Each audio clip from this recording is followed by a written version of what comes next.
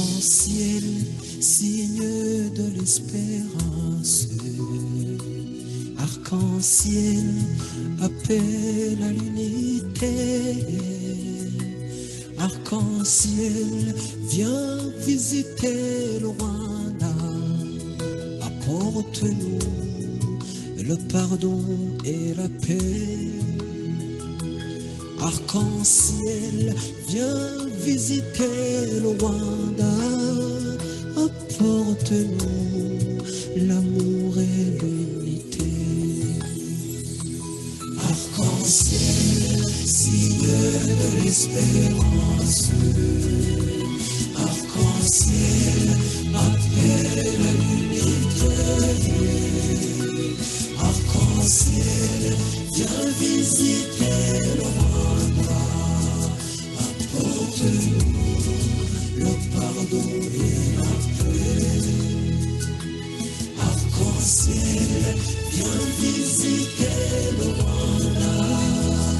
Apporte-nous l'amour et l'unité.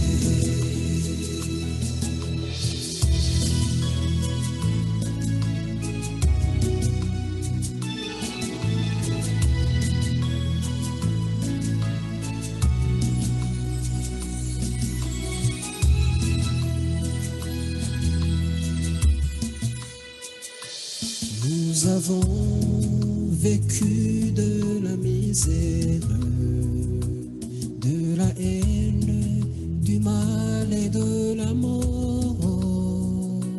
Maintenant, nous sommes appelés à en sortir l'amour et l'unité. Maintenant, nous sommes appelés à en sortir l'amour et l'unité. Arc-en-ciel, signe de l'espérance. Arc-en-ciel, appel à l'unité.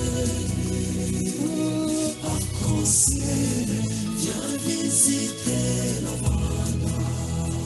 Apporte-nous le pardon et la paix. Arc-en-ciel, viens visiter le Rwanda. Apporte-nous l'amour et l'unité.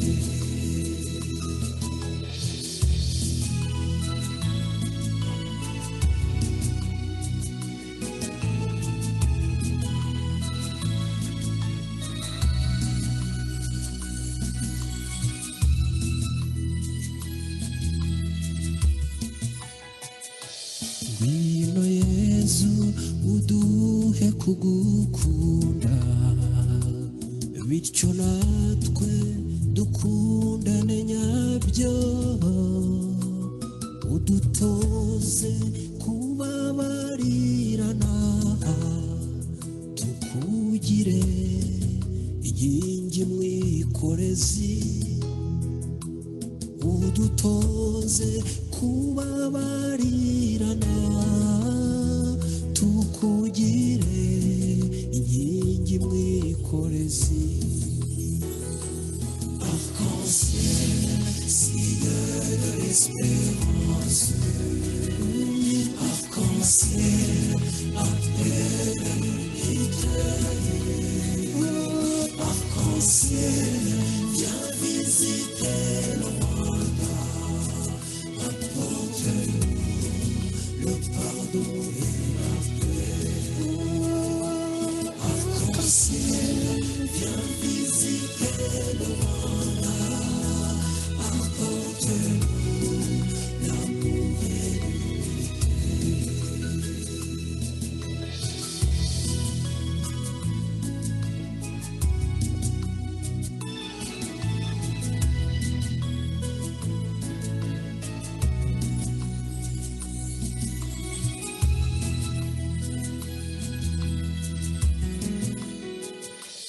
Jésus-Christ, l'amour de Dieu le Père.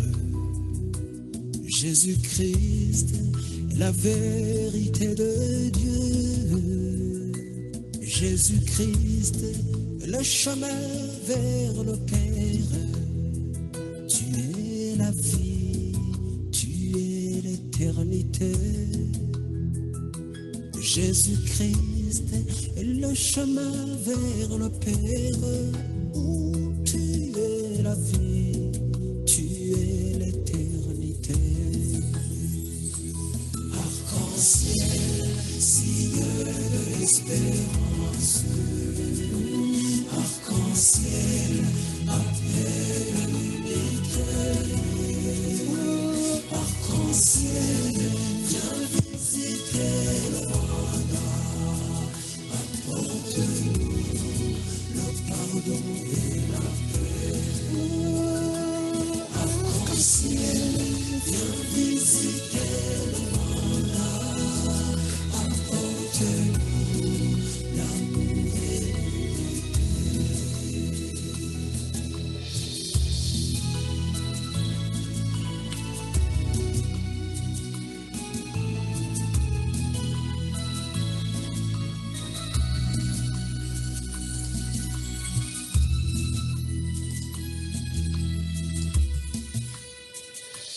dore impamvu dukunda u Rwanda rwacu, nuko u Rwanda rufite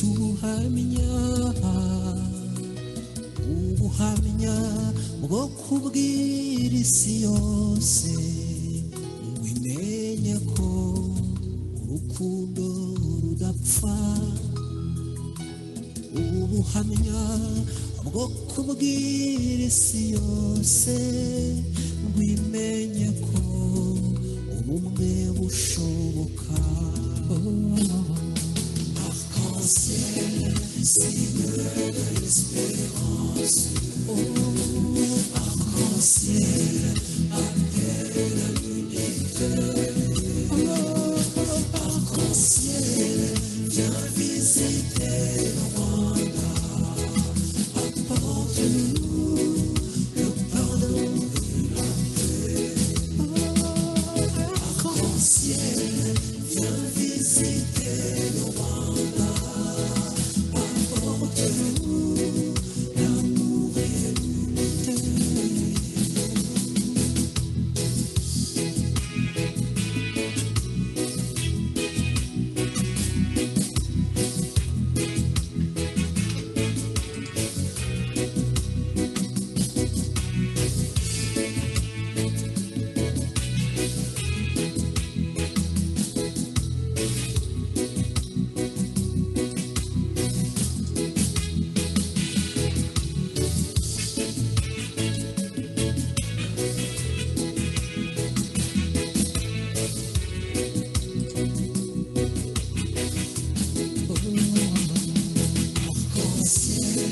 Signe de l'espérance. Arc-en-ciel, appel à l'unité. Arc-en-ciel, viens visiter le Rwanda. Apporte-nous le pardon et la paix. Arc-en-ciel, viens visiter le Rwanda. Apporte-nous l'amour et l'unité. Arc-en-ciel, signe de l'espérance.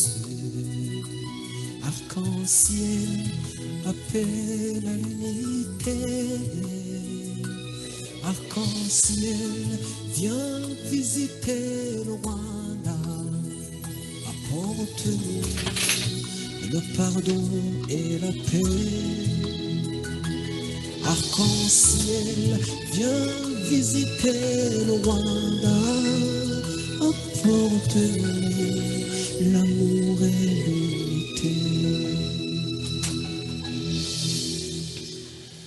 Chers amis auditeurs de Radio Rumuri, bonsoir. Je vous ai laissé écouter vraiment cette chanson de Feu Mihigo Kizito parce que cette chanson contient un message très important, un message qui nous tient à cœur, surtout nous en tant que Radio de la société civile rwandaise, la radio Urumuri, un message qui transmet le souhait de cet auteur, le souhait de voir le Rwanda et les Rwandais vivre dans le pardon, dans la paix, dans l'amour, surtout dans l'unité.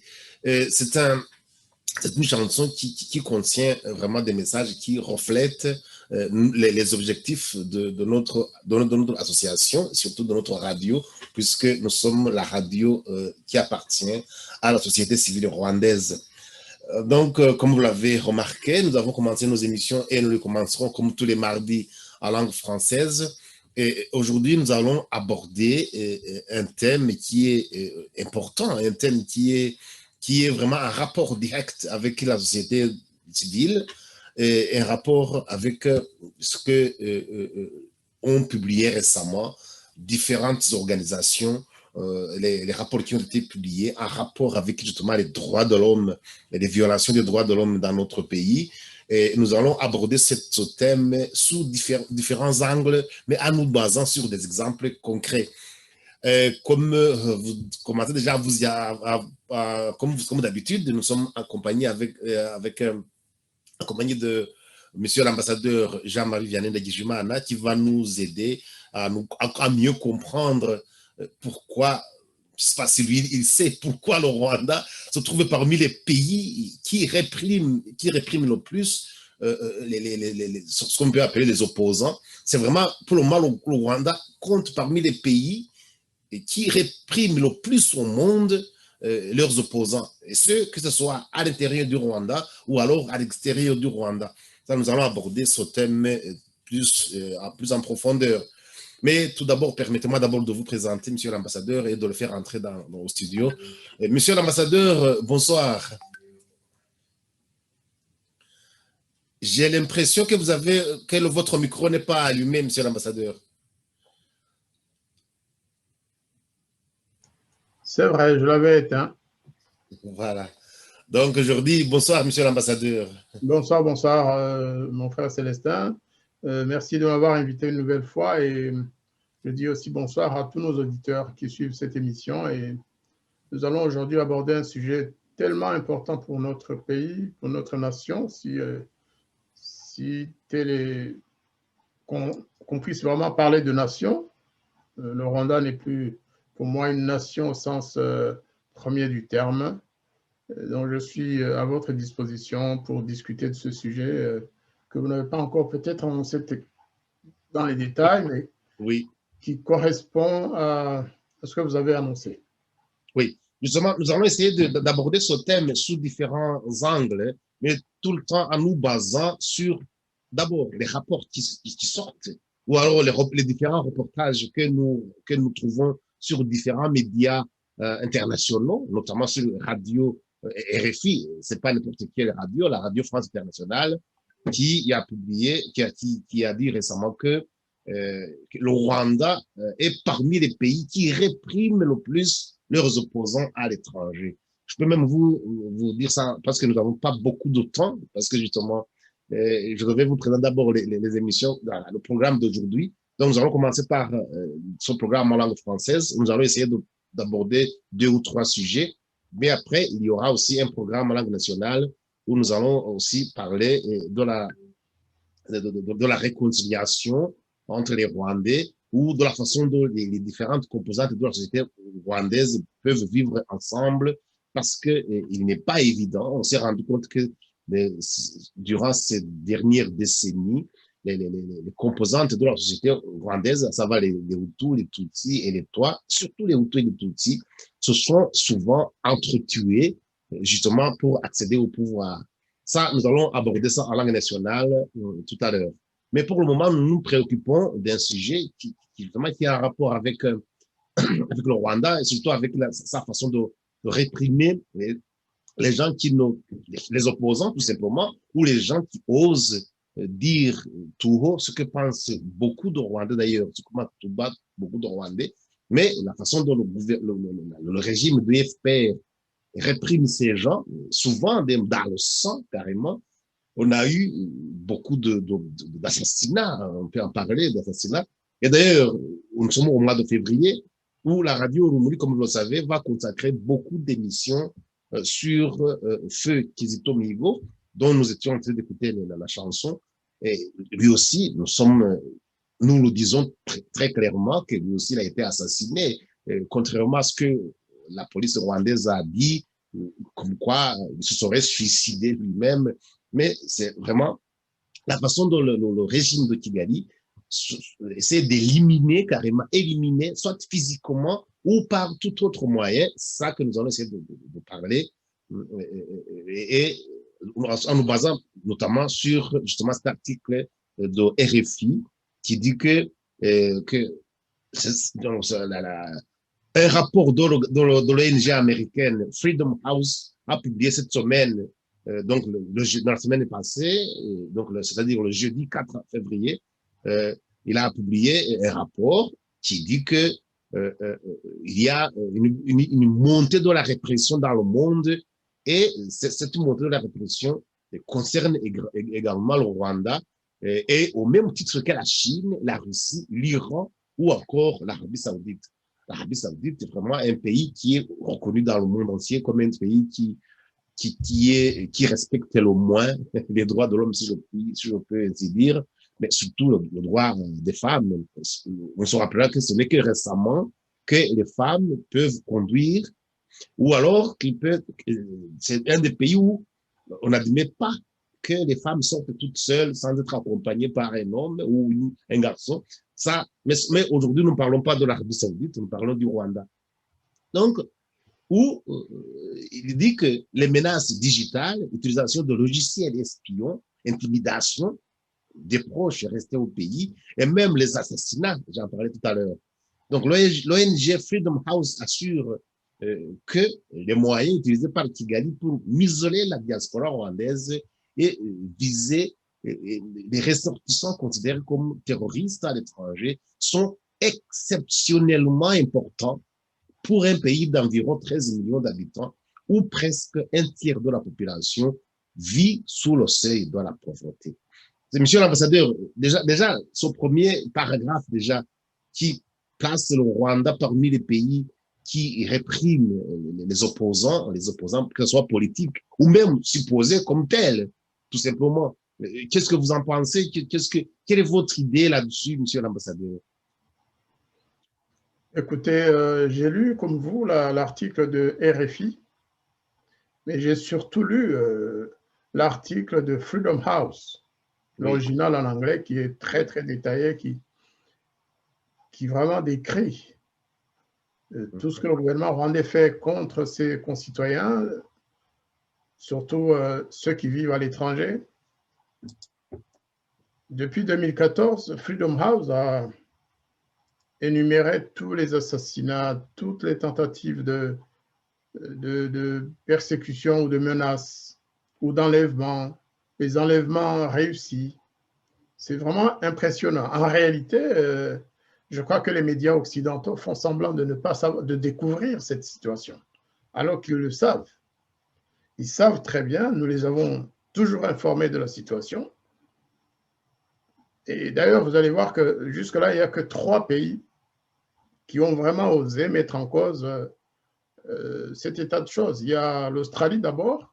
L'Australie a dénoncé les tentatives ou plutôt carrément les menaces physiques contre certains de nos concitoyens là-bas.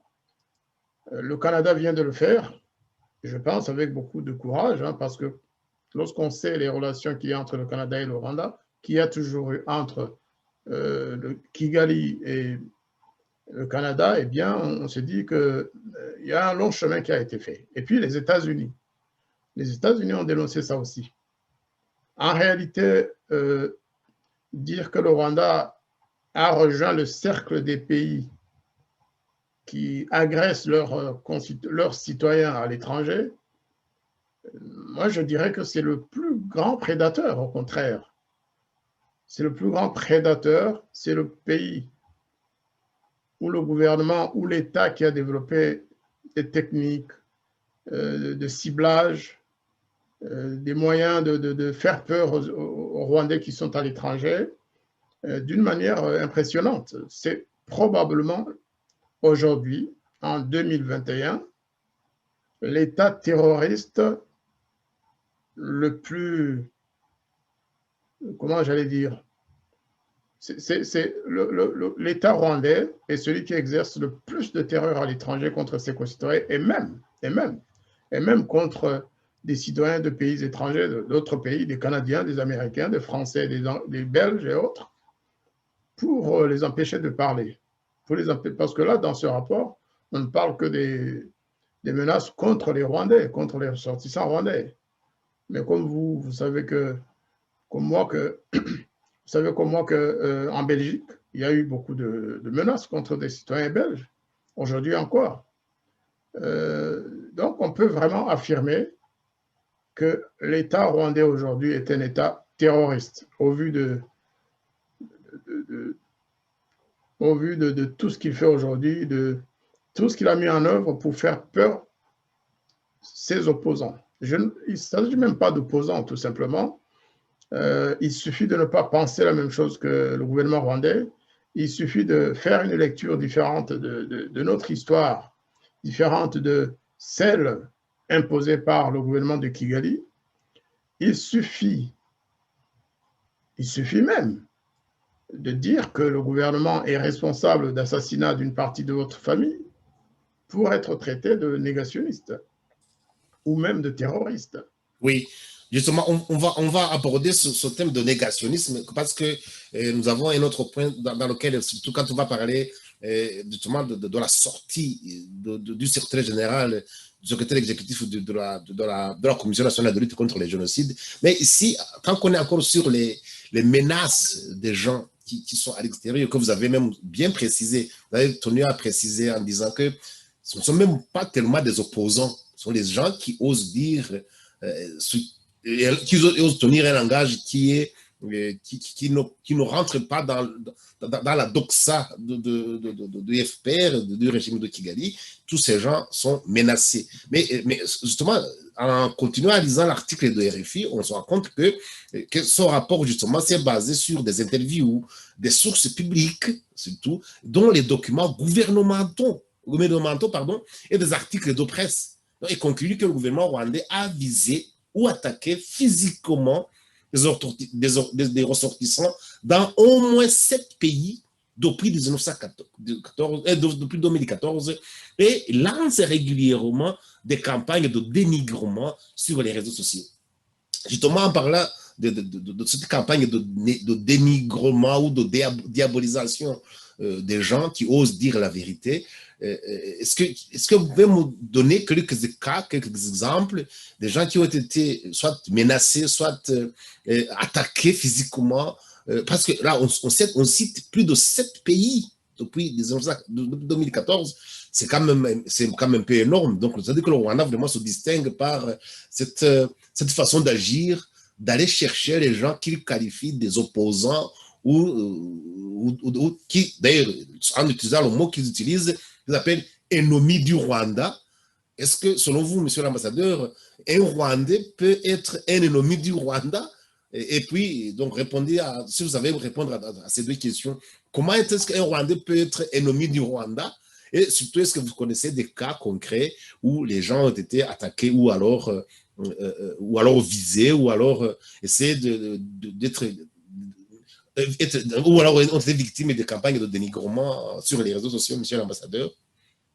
Sur le premier point, les Rwandais qui auraient été ou qui ont été effectivement victimes d'agressions physiques ou d'assassinats carrément.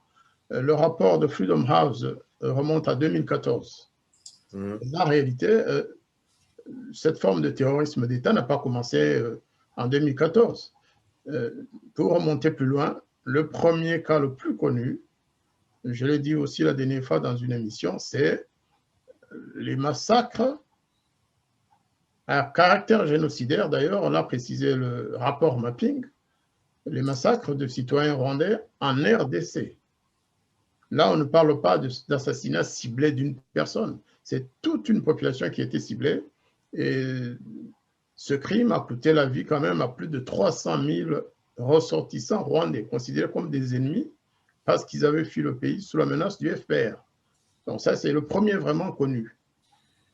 Après, il y a eu une sorte de Non, même pas, puisque ça continuait jusqu'en 1998, 98, qui correspond à l'assassinat de Seth Sendashonga, l'ancien ministre de l'Intérieur. Celui-là, il a été assassiné en pleine rue à Nairobi. Il faut qu'on s'en souvienne. Seth Sendashonga n'était pas un terroriste. Seth Sendashonga était le ministre de l'Intérieur sous le régime du FPR. Lui-même était membre du FPR depuis avant la prise du pouvoir par ce mouvement. Après lui, il y a eu d'autres assassinats de Rwandais à Nairobi.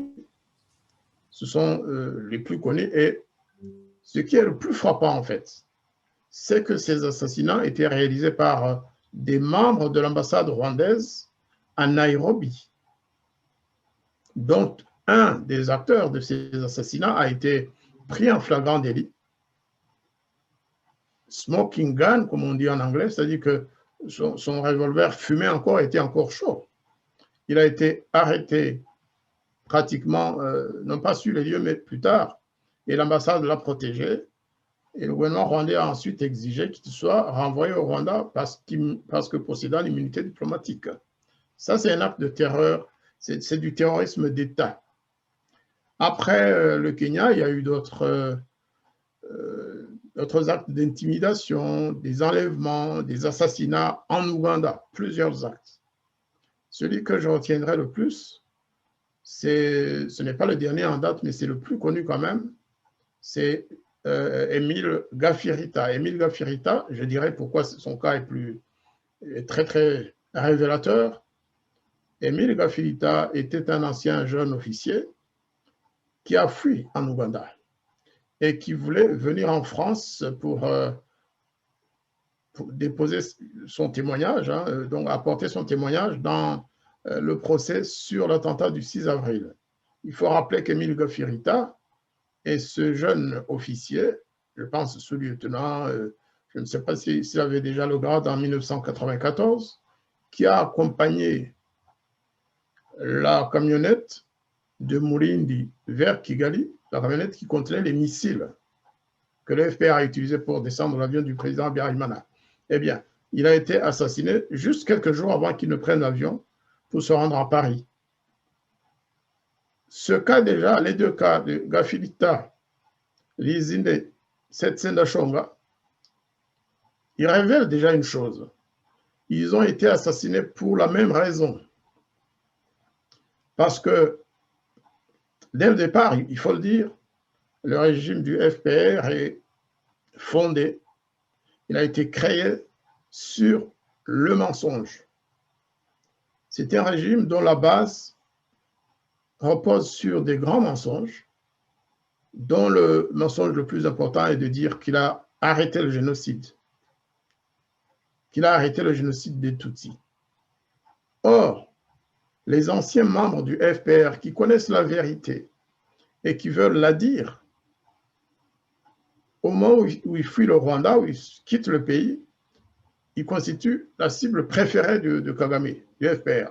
Seth Sendashonga, comme Gafirita, s'apprêtait à aller faire un témoignage important. Seth s'apprêtait à aller à Arusha, au tribunal international pour le Rwanda. Eh bien, il a été tué, je pense, 2 ou 3 jours avant qu'il ne parte à Arusha. Parce qu'en tant qu'ancien ministre, avec tous les rapports qu'il avait rédigés sur les assassinats des Hutus entre avril 1994, ou même avant, dans la région occupée encore par le FPR, jusqu'à son départ du Rwanda, en 1995, eh bien, Seth Sendashonga avait écrit plein de rapports. Et donc, le FPR, ou le gouvernement rwandais de Kagame, craignait que, en se rendant à Arusha, il ne dévoile tous les massacres commis par ce mouvement. Et que donc, les auteurs de ces crimes, à la tête desquels évidemment se trouve le président Kagame, ne soient poursuivis pour avoir été impliqués dans ces crimes. Après, il y a eu d'autres assassinats, les plus connus, je ne parlerai que des plus connus. Et encore une fois, à l'étranger. Je ne cite pas les crimes commis à l'intérieur du pays, des assassinats les pendaisons, toutes sortes de crimes commis au Rwanda. On n'en parle pas aujourd'hui. Pour l'instant, on parle de la répression transnationale à l'étranger contre les citoyens rwandais. Il y a eu le colonel Karegeya qui a été assassiné du 31, on ne sait pas exactement à quelle heure il a été assassiné, en tout cas c'était dans la nuit du 31 décembre 2013 au 1er janvier 2014. Je pense que le rapport de Freedom House est fondé justement sur cette date-là. Hein, ils se disent, peut-être qu'ils ne savent pas trop qui a été assassiné avant.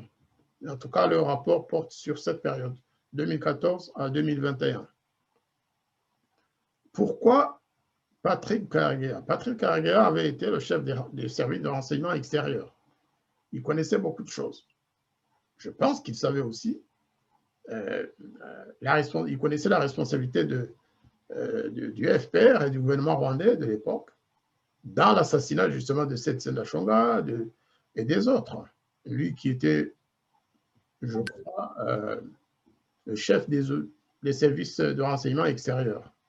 Mais il savait aussi, et il venait de l'affirmer dans la presse, il savait que le FPR avait assassiné le président Habyarimana et toute sa suite, ainsi que le président burundais.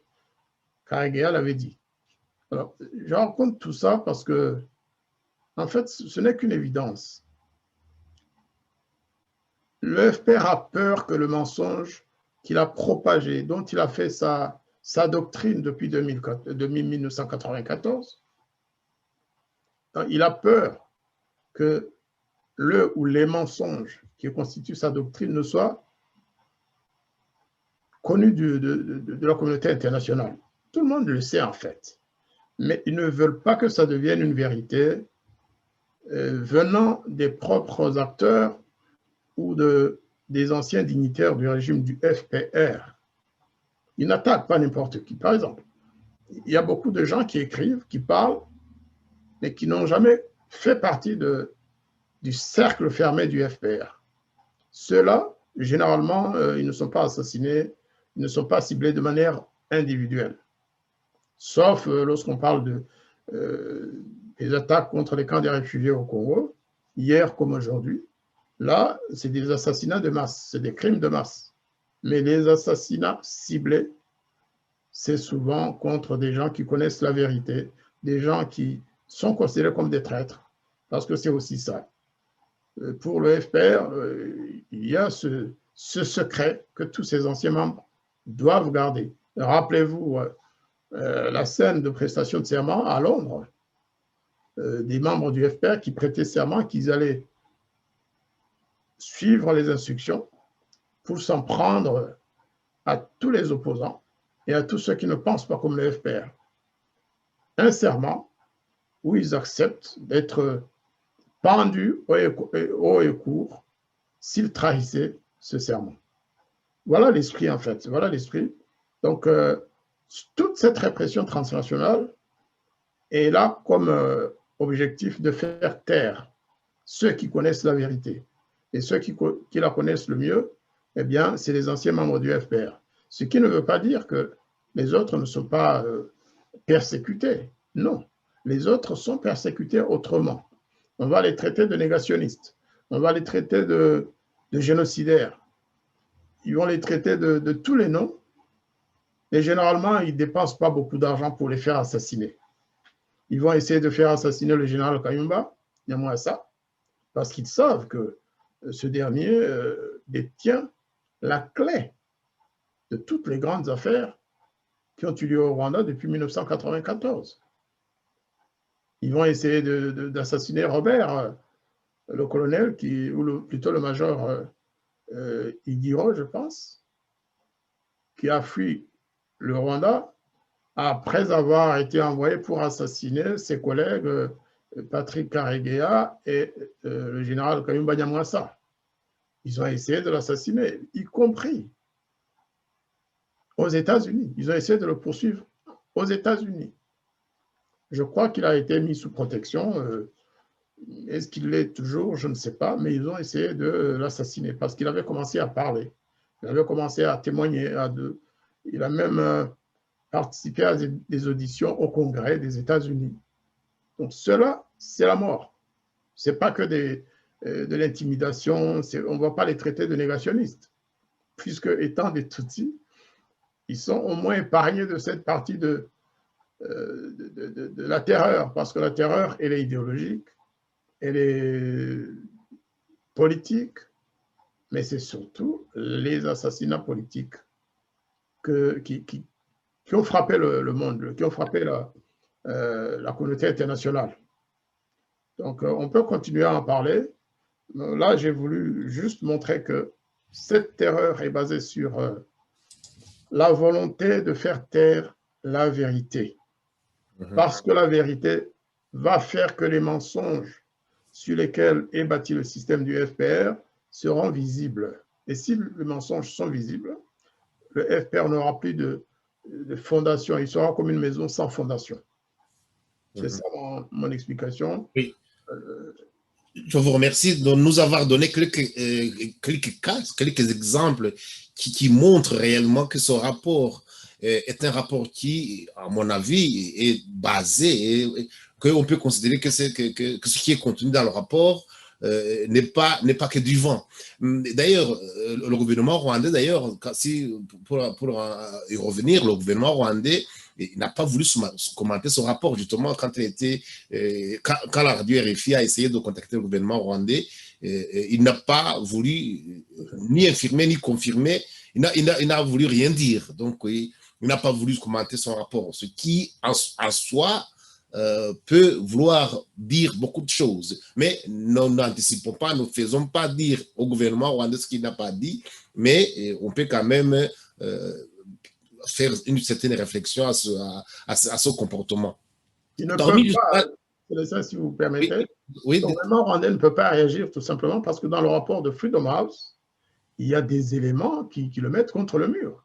Lorsque le président Kagame dit « Je ne regrette pas de l'avoir tué, I'm not apologetic », il ne va pas dire « Je ne l'ai jamais dit » alors que les vidéos existent. Lorsque le ministre de la Défense ou des Affaires étrangères dit de Karegeya que quand on vit comme un chien, on meurt comme un chien, ils ne vont pas se dédire. C'est écrit dans la presse, les vidéos existent. Là, au moins, ils ne pourront jamais dire que cette presse-là est une presse négationniste. C'est une vérité contre laquelle ils ne peuvent rien aujourd'hui.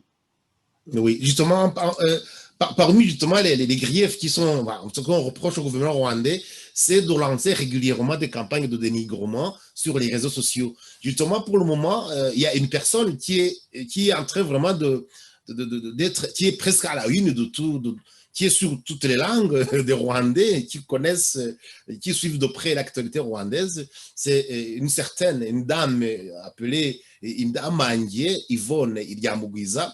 C'est une dame qui a récemment mis en ligne ses réflexions sur ce qui se passe au Rwanda. Mais d'ailleurs, si on base par exemple sur l'article sorti dans Jambo News qui la compare carrément à une certaine Rosa Parks. Ceux qui connaissent l'histoire américaine, surtout lorsque les Noirs américains luttaient pour vraiment leur émancipation, pour qu'ils soient considérés comme des êtres humains, au même titre que les Blancs. Cette dame, Rosa Parks, qui a osé, oui, c'est bien le mot, qui a osé ne pas céder sa place aux Blancs, alors que la loi d'alors obligeait les Noirs à céder leur place aux Blancs dans les bus. Et donc, pour le moment, cette dame, Madame Yvonne Ilyamugwiza, le journal Jambo News la compare à Rosa Parks, parce que, justement, si je lis une telle introduction de cet article, il dit que le nom d'Indamangye Ilyamugwiza, Yvonne, une trentaine, qui habite à Kigali, la capitale du Rwanda, a fait une entrée fracassante sur la scène politique rwandaise le 31 janvier 2021, suite à la publication d'une vidéo sur YouTube. En quelques jours à peine, donc, cette vidéo, maintenant, elle atteint plus de 200 000 vues. Et puis, nous ne parlons pas des milliers de gens qui qui sont d'accord avec elle, qui ont aimé ce qu'on appelle like, qui ont liké cette vidéo.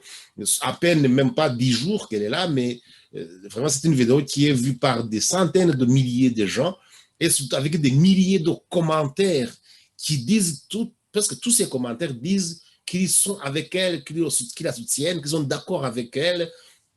Mais justement, cette dame, pour le moment, est victime d'un genre de, même pas de nigrement, c'est vraiment d'un acharnement contre elle.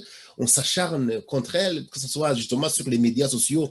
Ici, on se rappelle ce qu'a dit récemment votre ambassadeur, tiens, c'est pas c'est le vôtre, l'ambassadeur du Rwanda en France, qui a dit qu'il faut absolument attaquer par tous les moyens ceux qui osent contredire ce qui, la doxa du FPR. Et récemment aussi, j'ai entendu, j'en ai même fait une émission en langue nationale, ce que sera dit l'ambassadeur du Rwanda aux Pays-Bas, M. Olivier Ndoungiré, et lui aussi, il a abondé dans le même sens en disant qu'il faut essayer, qu'ils vont faire par tous les moyens, ils vont combattre par les mêmes moyens ce qu'ils appellent les ennemis du Rwanda, ou alors ce qu'ils appellent les négationnistes, ceux qui minimisent le génocide, tout ça avec toutes les qualifications qu'ils leur donnent.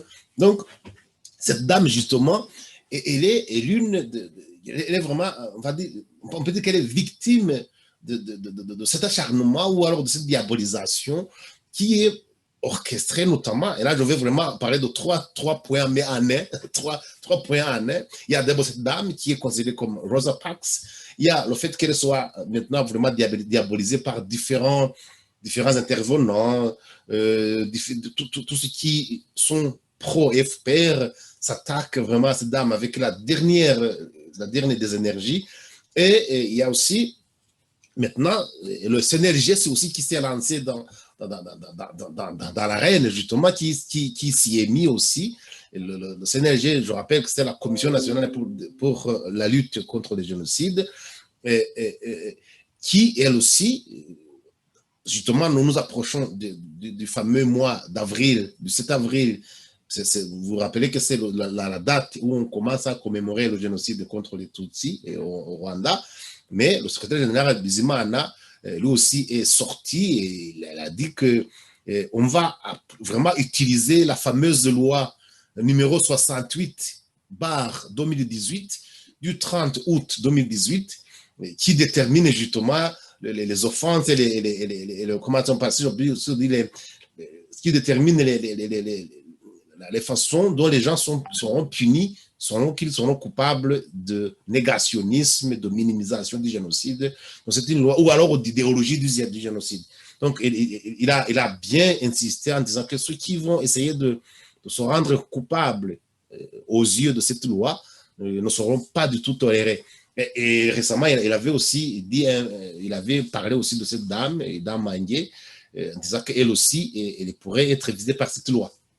Alors, monsieur l'ambassadeur, en fait, j'ai voulu réunir les 3 points parce qu'ils sont interconnectés pour qu'on en parle en même temps, surtout que le temps avance. Et donc, le fait que cette dame, je voulais vraiment que vous m'en touchiez un mot à propos de cette dame. Je suis sûr que vous avez vu ces différentes vidéos. Maintenant, il vient d'en publier 4. Et vous avez aussi suivi la façon dont on s'acharne contre elle, justement, comme si ce rapport, justement, qui est sorti, et il avait anticipé ce qui allait arriver à cette dame, ce qu'ils appellent justement l'acharnement ou la campagne de dénigrement sur les réseaux sociaux. Ça, c'est de 2 points. Et le 3e point que je voulais que vous en touchiez un mot, c'est à propos justement de cette sortie du secrétaire exécutif de la CNLG en mettant en exergue cette loi qui punit les gens qui minimisent ou qui font ce qu'on appelle le déni au génocide, ou alors sont traités d'idéologie du génocide. Sur ces 3 points, qu'est-ce que vous pouvez nous dire, monsieur l'ambassadeur, brièvement? C'est une très bonne question. Je vais commencer par la dernière, en fait, Bizimana Jean Damascène, que je connais très bien.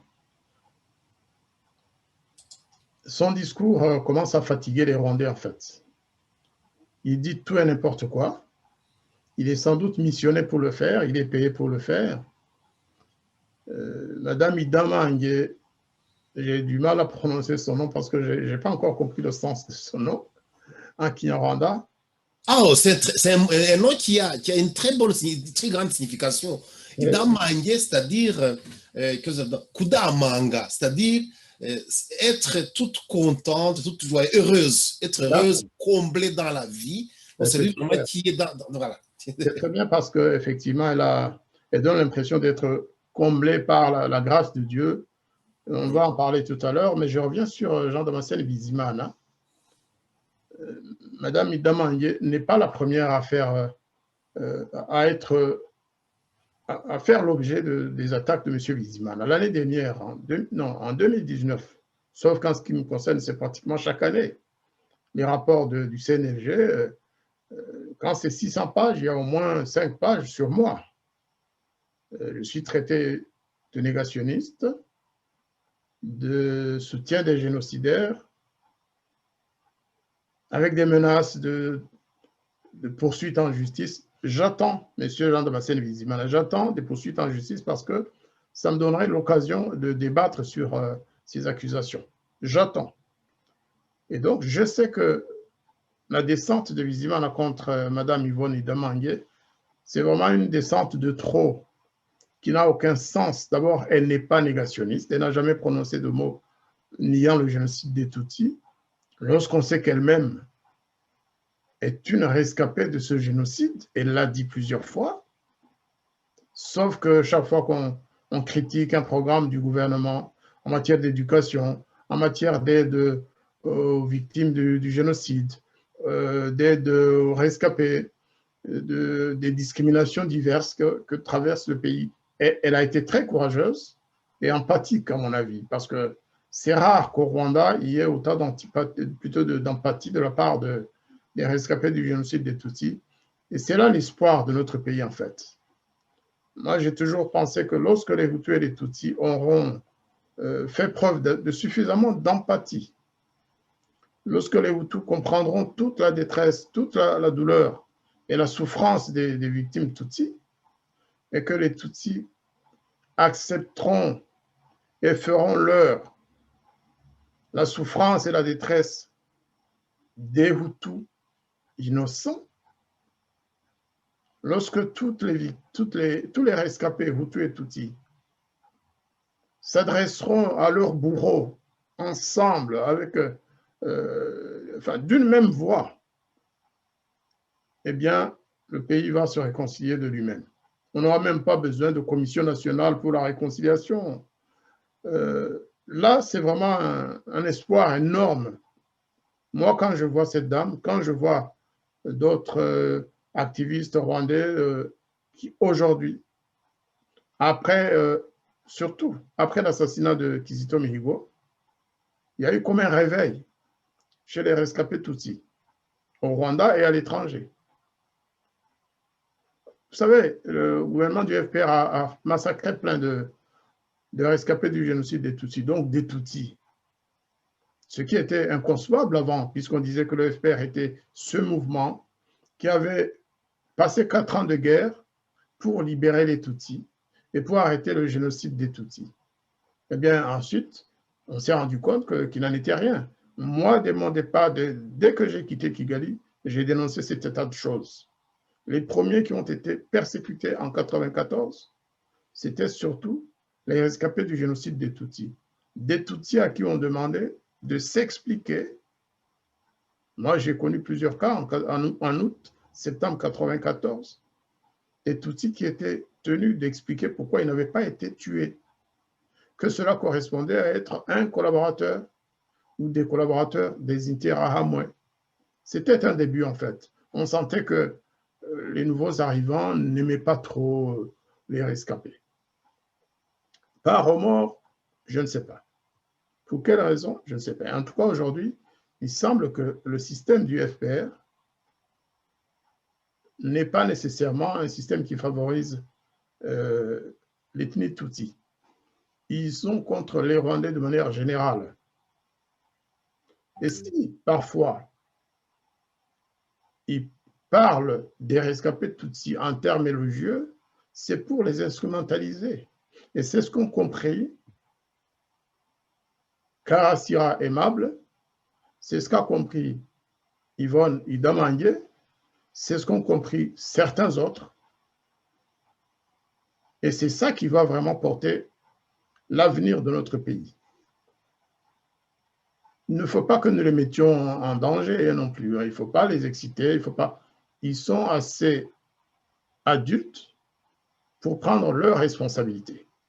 Et si cette dame, Madame Idamaye, courageuse, si elle a osé dire ce qu'elle a dit sur le système éducatif, sur les mesures prises pendant la pandémie du Covid ou de la Covid, on la met souvent au féminin, parfois au masculin, sur les discriminations, sur le détournement des aides aux rescapés du génocide et sur bien d'autres sujets que nous avons nous-mêmes déjà abordés dans le passé, s'il y a comme une sorte de rencontre entre ce que nous avons toujours dit et ce que pense du FPR plusieurs rescapés Tutsis du génocide, c'est qu'il y a réellement quelque chose qui change. C'est qu'il y a vraiment des choses qui changent. C'est qu'aussi, dans notre communauté, on le voit, hein, dans les alliances qui se construisent, à l'extérieur d'ailleurs surtout, eh bien, il y a des alliances qui sont transversales, qui ne concernent plus que... Avant, quand il y avait des organisations politiques, ça pouvait être des organisations exclusivement Tutsi ou alors exclusivement Hutu. Aujourd'hui, comme on le sait, nous avons cheminé progressivement vers une unité idéale, une entente cordiale contre l'oppression. Et je pense que demain, on pourra dire que les Rwandais ont beaucoup progressé, même s'il faut évidemment considérer les particularités de chaque groupe, hein, de chaque communauté. Ça, c'est une évidence. On ne va pas supprimer les barrières par miracle, mais ce que fait Mme Yvonne Idamandié, ce que fait Karasira, ce que font certains autres, Matata, les jeunes d'Ijambo, le groupe Agatebouke et les autres, à l'extérieur, on sent vraiment qu'il y a une communauté de pensée. Et c'est très encourageant.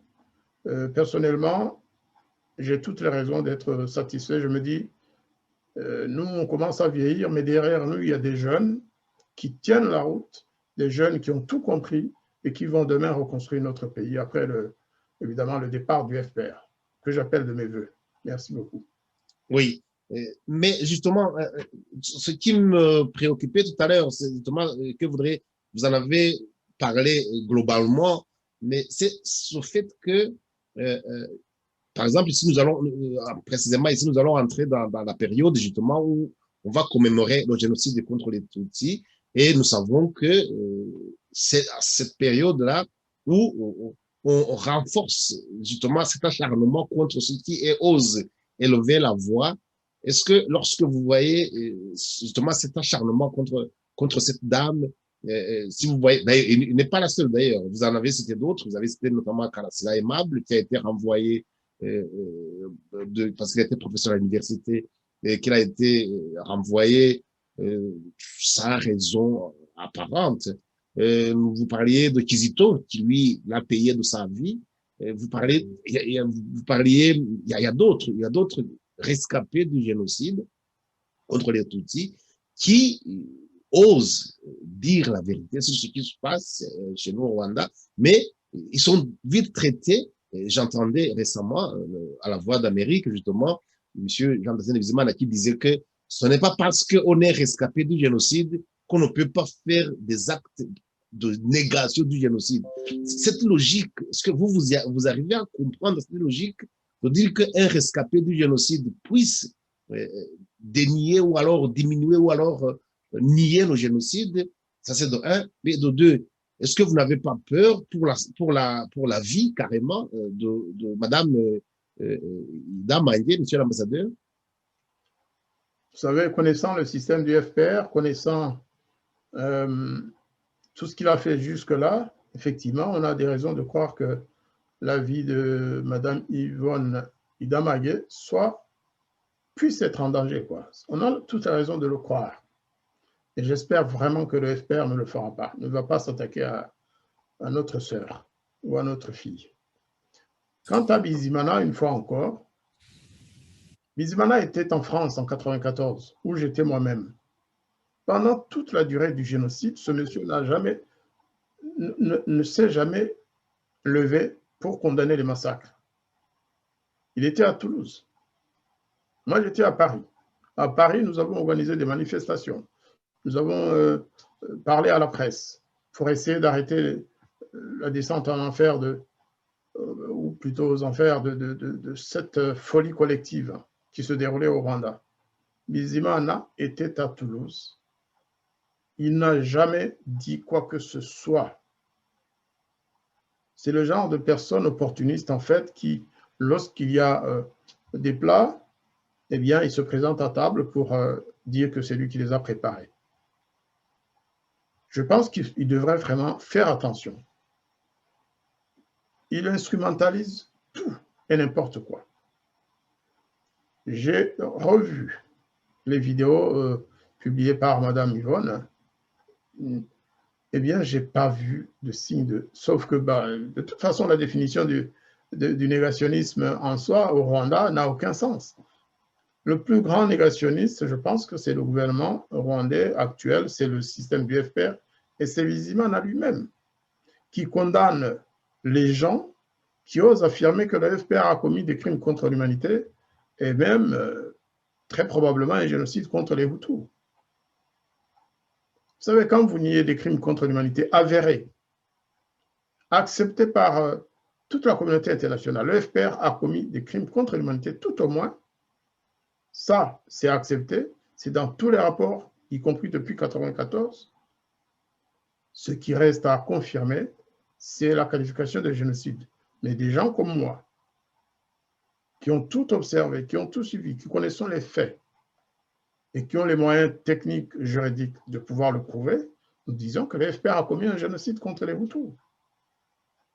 Bizimana n'est pas plus juriste que moi. Hein. Je dirais même qu'il n'a pas la moitié de ce que je sais sur les crimes de génocide. Donc, il devrait vraiment se calmer. Il a des enfants. Il ne faut pas leur créer des problèmes. Il faut laisser ses enfants vivre avec les autres enfants rwandais au lieu de leur créer des problèmes pour demain. Il y a une grande injustice de dire à des rescapés d'un génocide ou d'autres crimes, de leur dire que ces crimes ne valent rien, qu'ils n'ont pas le droit de s'exprimer parce qu'ils ont été aidés par l'État. Ce n'est même pas le gouvernement, c'est l'État, c'est par des aides extérieures. Je signale que Mme Yvonne Idamange a bénéficié de l'aide du Farge. Hein. Ce n'est pas de la poche de Bizimana que sont venus, ni de Kagame ou d'autres. Donc, c'est d'un cynisme extraordinaire d'accuser une telle dame, surtout qu'elle ne l'a pas fait. Qu'on dise que je suis négationniste parce que j'affirme qu'il y a eu un double génocide au Rwanda, bientôt je sortirai un livre d'ailleurs pour prouver qu'il n'y en a pas eu que deux. Parce que le génocide, ce n'est pas celui que les Nations Unies relatent. Après tout, le génocide arménien n'a jamais été accepté officiellement par les Nations Unies. Je ne connais pas de déclaration ou de résolution des Nations Unies confirmant le génocide des Arméniens, pour des raisons politiques naturellement et diplomatiques. Mais sinon, quand vous tuez, quand vous assassinez 1 million de gens, 1,5 million de personnes parce qu'ils sont arméniens ou parce qu'ils sont hutus ou parce qu'ils sont tutsis, de façon systématique et intentionnelle, bien évidemment, c'est un génocide. Le génocide des Hutus sera un jour reconnu, très certainement, lorsque des gens de bonne volonté, qui aiment tous les Rwandais de la même façon, qui se soucient de la vie de tous les Rwandais, lorsqu'ils seront au pouvoir dans ce pays, eh bien, ils vont devoir confirmer que le FPR a commis un génocide contre les Hutus et qu'il a massacré peut-être des centaines ou des milliers de Tutsis d'ailleurs, aussi bien pendant la guerre qu'après. Donc, non, je ne pense pas, je ne crois pas que la vie de cette dame soit menacée physiquement. Ils vont l'embêter, ils vont l'empêcher d'aller et de venir, comme ils l'ont fait pour plusieurs autres. Et j'ose vraiment espérer que Bizimana n'est pas en train, Bizimana et Tom Dahiro d'ailleurs, parce qu'on n'en parle pas souvent. Mais chaque assassinat au Rwanda ou ailleurs est précédé de déclarations grotesques de Tom Dahiro et de Jean-Damascène Bizimana. Ces gens-là, il faut que de plus en plus on commence à les nommer et à les désigner. À les désigner pourquoi? Parce qu'un État totalitaire et terroriste, il faut qu'on en parle bientôt, il faut qu'on dise que l'État rwandais est un État totalitaire et terroriste, qui fonctionne, qui exerce un terrorisme d'État. Lorsqu'on constate qu'il y a un terrorisme d'État, que les organes de l'État, les ambassades de l'État participent à des actes terroristes, il reste à en demander des sanctions. Il faut que des sanctions soient prises contre le Rwanda. Lorsqu'on a reconnu que l'État iranien, parce que les Américains l'avaient demandé, était un État terroriste, eh bien, il a été sanctionné. Il y a eu des embargos sur le pétrole, tout. Au Rwanda, l'État assassine des ressortissants rwandais à l'étranger, passe la journée à inciter la jeunesse à les poursuivre pour leur prendre, je ne sais plus comment on traduit ça en Kinyarwanda, quoi, Fatamu, mon Hokora, je pense. Comment Oui, c'est ça? c'est essayer vraiment d'handicaper leurs actions. Voilà, c'est-à-dire on vous handicape, lorsqu'on vous blesse là, Oui.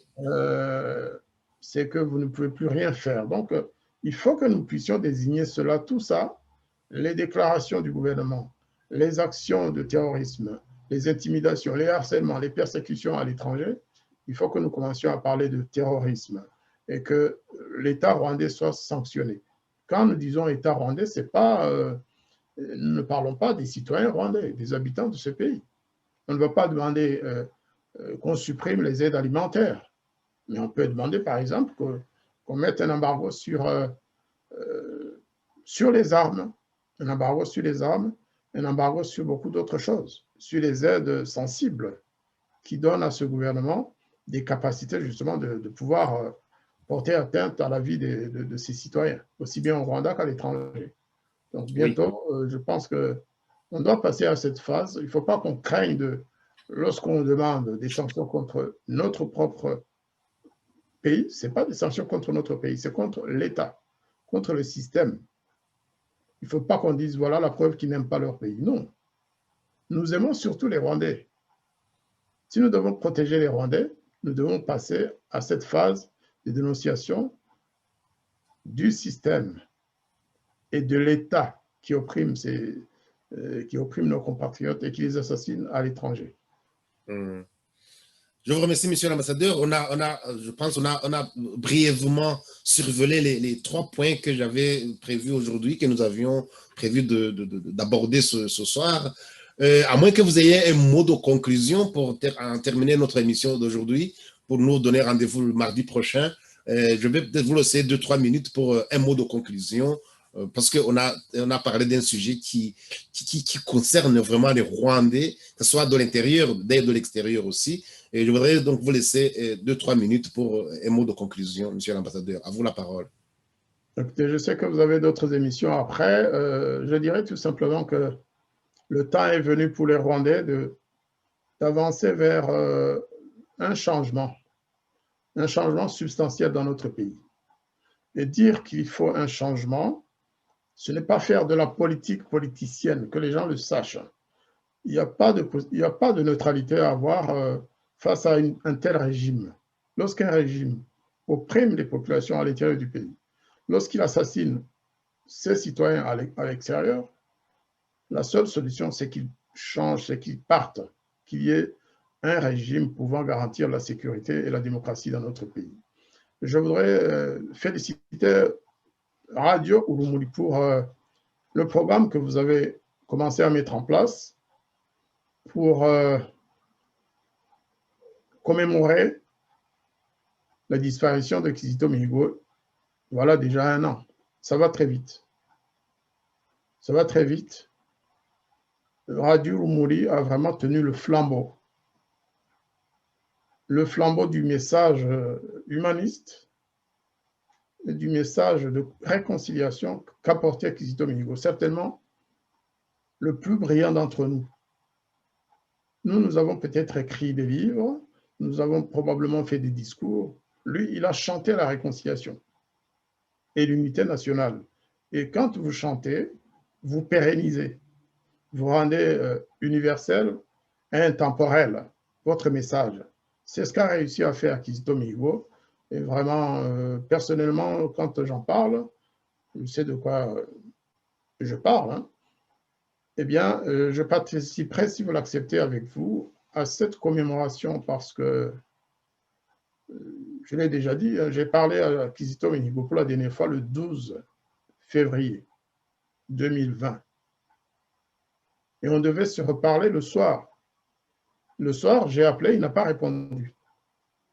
Je me suis posé des questions parce qu'on avait invoqué certaines choses, on avait évoqué certaines possibilités de faire des choses dans le bon sens.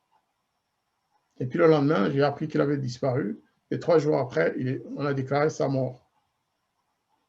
Ça ne m'est pas souvent arrivé de parler à quelqu'un qui va disparaître ou probablement mourir ce jour-là. Et je sais que Kizito parlait à beaucoup de Rwandais à l'intérieur du pays comme à l'extérieur, toujours avec le même message. Et c'est une adresse à la jeunesse rwandaise que je fais aujourd'hui. Il faut que les jeunes Rwandais essayent de suivre, tant qu'ils le peuvent, le message qu'a laissé et l'héritage qu'a laissé Kizito Mihigo pour l'unité et la réconciliation du peuple rwandais. Je vous remercie et bonne soirée à tous.